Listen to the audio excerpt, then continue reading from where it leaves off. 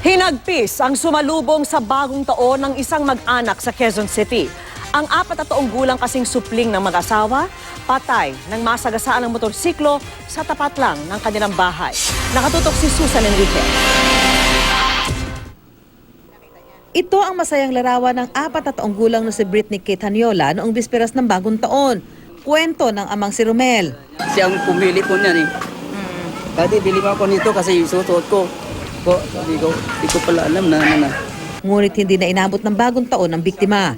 Namatay si Britney ilang minuto bago magpalit ang taon matapos masagasaan ng motorsiklo sa tapat mismo ng bahay nila sa Palawan Street, Barangay Bagong Pag-asa, Quezon City. Umihi lang po ako doon. Pagtalikod ko, nandoon na po. Saan galing yung motor? Sa baba po. Sa kuha ng CCTV mula sa katapat na bahay, makikita ang dalawang magkasunod na motorsiklo na humaharurot. Ang naunang motorsiklo ang nakahagip sa 4 na taong biktima. Sa bilis ng motorsiklo, agad humandusay ang bata sa kalsada.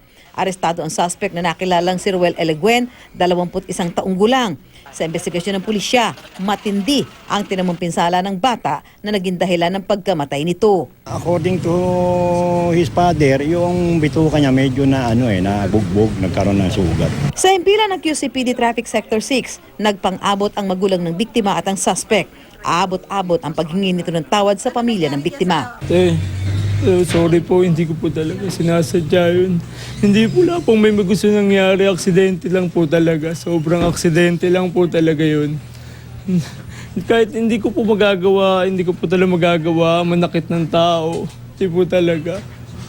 Kaya alam po yan ng mga tao sa amin, hindi po ako ganun. Hirap po. Sa inyo. Hindi ko nga po matatanggap na wala na. Ang daya nga, mami. Sana dalawa na lang kami para iniwan niya ako, ang daya-daya niya. Handa ang Lawyers for Commuter Safety and Protection na bigyan ng legal na tulong ang pamilya ng biktima. Hahawakan namin yan. At isang volunteer lawyer galing sa grupo namin ang hawak. Susan Enriquez, Nakatutok, 24 Oras.